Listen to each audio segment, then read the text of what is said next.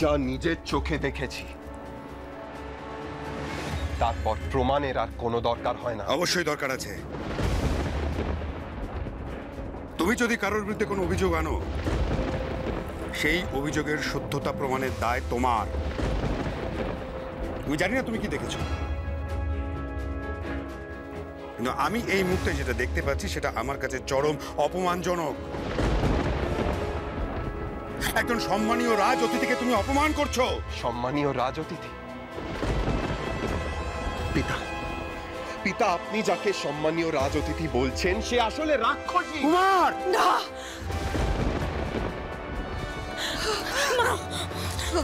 পিতা, আমি মিথ্যে কথা বলছি না, আপনি আমার কথা বিশ্বাস করুন পিতা। আমি রাক্ষসী?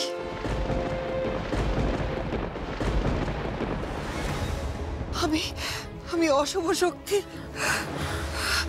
হে ঈশ্বর!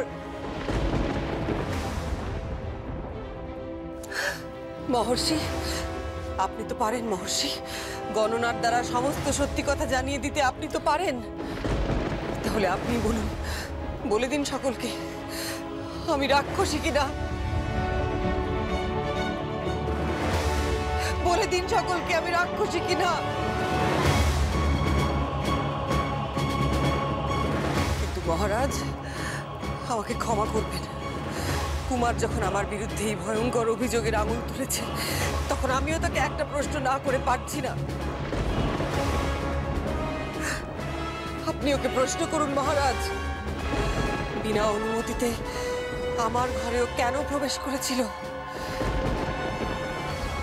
কি উদ্দেশ্য ছিল ওর? আমি না এলে তুমি উর্মিমালাকে হত্যা করতে।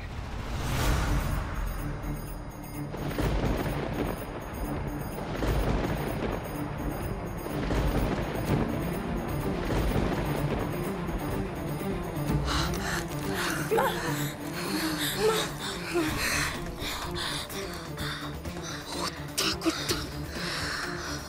আমার দাসীকে আমি হত্যা করতাম?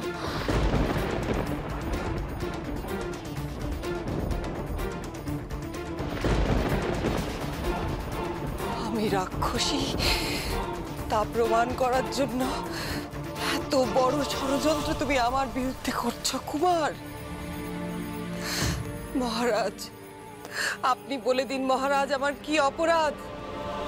এই মেয়ে শাস্তি পেয়েছিল, একে আপনি নির্বাসন দিয়েছিলেন।